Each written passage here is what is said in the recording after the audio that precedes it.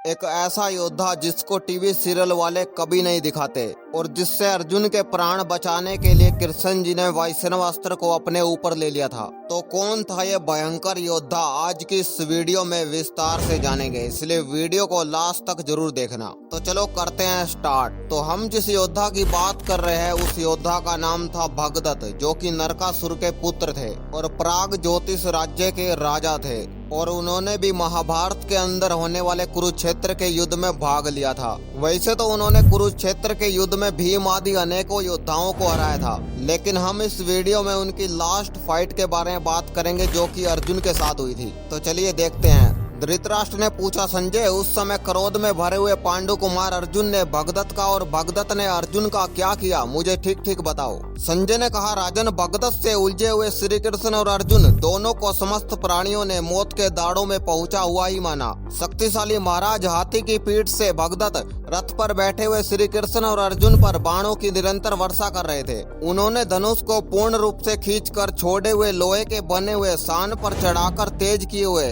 स्वर्णमय पंख युक्त बाणों से देवकी पुत्र श्री कृष्ण को घायल कर दिया।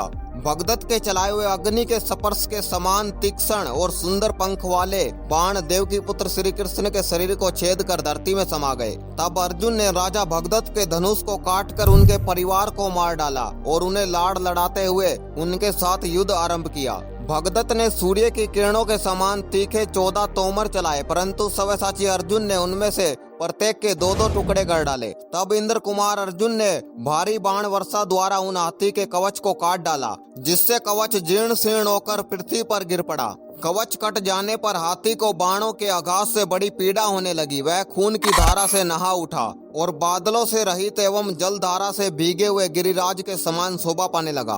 तब भगदत्त ने वासुदेव नंदन श्री कृष्ण को लक्ष्य करके स्वर्णमय दंड से युक्त लोहेमयी शक्ति चलाई, परंतु अर्जुन ने उसके 2 टुकड़े कर डाले। तदनंतर अर्जुन ने अपने बाणों द्वारा राजा भगदत्त के छत्र और ध्वज को काटकर मुस्कुराते हुए 10 बाणों द्वारा तुरंत ही उन पर्वत ईश्वर को बींद डाला। अर्जुन के कंक पत्र युक्त सुंदर पंख वाले बाणों के द्वारा अत्यंत घायल होकर राजा भगदत्त उन पांडु पुत्र पर कुपित हो उठे।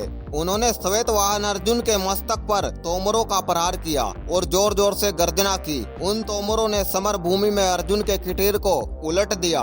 उल्टे किटीर को ठीक करते हुए पांडुपुत्र अर्जुन ने भगदत्त से कहा, राजन, इस संसार को अब अच्छी तरह देख लो। अर्जुन के ऐसा कहने पर भगदत्त ने अत्यंत कुपित होकर एक तेजस्वी धनुष हाथ में लेकर श्री कृष्ण सहित अर्जुन पर बाणों की वर्षा आरंभ कर दी। अर्जुन ने उनके धनुष को काटकर उनके तुनीरों के भी टुकड़े टुकड़े कर दिए। फिर तुरंत ही 72 बाणों से उनके संपूर्ण ममर स्थानों को गहरी चोट पहुंचाई। उन बाणों से घायल होकर अत्यंत पीड़ित हो भगदत्त ने वैष्णव अस्त्र को प्रकट किया। उसने कुपित होकर अपने अंकुश को ही वैष्णव अस्त्र से अभिमंत्रित करके पांडुनंदन अर्जुन की छाती पर छोड़ दिया। भगदत्त का छोड़ा हुआ वह अस्त्र सबका विनाश करने वाला था। भगवान श्री कृष्ण ने अर्जुन को ओट में करके स्वयं अपनी छाती पर उसकी चोट सह ली। भगवान श्री कृष्ण की छाती पर आकर वह अस्त्र वैजयंती माला के रूप में परिणत हो गया। वह माला कमल कोश की विचित्र शोभा से युक्त तथा सभी ऋतुओं के पुष्पों से संपन्न थी। उससे अग्नि और सूर्य और चंद्रमा के समान प्रभा फैल रही थी।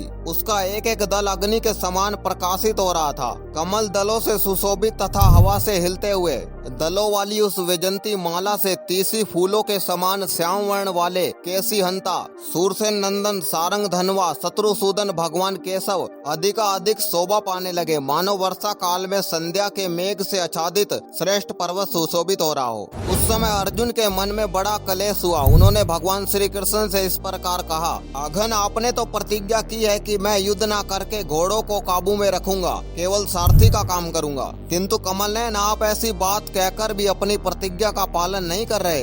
यदि मैं संकट में पड़ जाता हूँ अथवा अस्त्र का निवारण करने में असमर्थ हो जाता हूँ, तो उस समय आपका ऐसा करना उचित होता है। जब मैं युद्ध के लिए तैयार खड़ा हूँ तब आपको ऐसा नहीं करना चाहिए। आपको तो यह विदित है कि यदि मेरे हाथ में धनुष और बाण हो तो मैं देवता, असुर और मनुष्य सहित इन संपूर्ण लोकों पर विजय पा सकता हूँ। तब वासुदेव नंदन भगवान श्री कृष्ण ने अर्जुन से यह रहस्यपूर्ण वचन कहे, अघन कुंती नंदन, इस विषय में यह गोपनीय रहस्य की बात सुनो जो पूर्व काल में घटित हो चुकी है। मैं 4 स्वरूप को धारण करके सदा संपूर्ण लोकों की रक्षा करने के लिए उगत रहता हूँ। अपने को ही अनेक रूपों में विभक्त करके समस्त संसार का हित साधन करता हूँ। मेरी एक मूर्ति इस भूमंडल पर स्थित होकर तपश्चर्या करती है और दूसरी मूर्ति शुभ कर्म करने वाली जगत को साक्षी रूप से देखती रहती है। तीसरी मूर्ति में स्वयं जो मनुष्य लोक का आश्रय ले नाना प्रकार के कर्म करती है और चौथी मूर्ति वह है जो सहस्त्र युगों तक एकावरण जल में स्नान करती है। सहस्त्र युगों के पश्चात वह चौथा स्वरूप मेरा योग निद्रा से उठता है। उस समय वर पाने योग्य श्रेष्ठ भक्तों को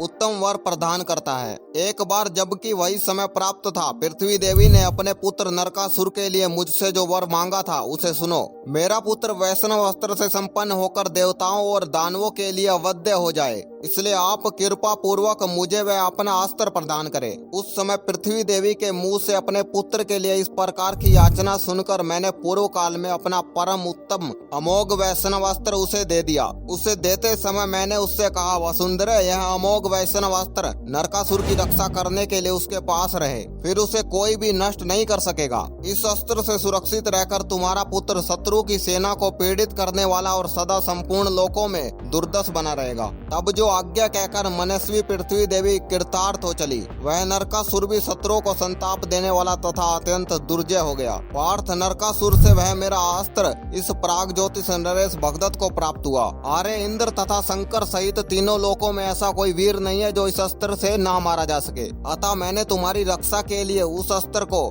दूसरे प्रकार से उसके पास से हटा दिया। पार्थ, अब वह महान असुर उस उत्कृष्ट अस्त्र से वंचित हो गया है, अतः तुम उसे मार डालो। दुर्जय वीर भगदत्त तुम्हारा और देवताओं का द्रोही है, अतः तुम इसका वध कर डालो, जैसे मैंने पूर्व काल में लोकहित के लिए नरकासुर का संहार किया था। महात्मा केशव के ऐसा कहने पर कुंती कुमार अर्जुन ने उसी समय भगदत्त पर सहसा पहने बाणों की वर्षा करने लगे। तत्पश्चात महाबाहु महामना पार्थ ने बिना किसी घबराहट के हाथी के कुंभ स्थल पे एक नचार से प्रहार किया। वह नचार उसी समय हाथी के मस्तक पर पहुंचकर उसी प्रकार करने लगा जैसे वज्र पर्वत पर चोट करता है, जैसे सर्प बाबी में समा जाता है। उसी प्रकार से वह बाण हाथी के कुंभ स्थल में पंख सहित घुस गया। वह हाथी बारंबार भगदत्त के हांकने पर भी उसकी आज्ञा का पालन नहीं करता था, जैसे दुष्ट स्त्री अपने दरिद्र स्वामी की बात नहीं मानती। उस महान गजराज ने अपने दोनों अंगों को निषेध करके दोनों दांत धरती पर टेक दिए और आतर स्वर से चित्कार करते हुए प्राण त्याग दिए। तदनंतर भगवान श्री कृष्ण ने गांडीवधारी अर्जुन से कहा, कुंती नंदन, यह भगदत्त बहुत बड़ी अवस्था का है। इसके सारे बाल पक गए हैं और ललाट आदि अंगों पर झुर्रियां पड़ जाने के कारण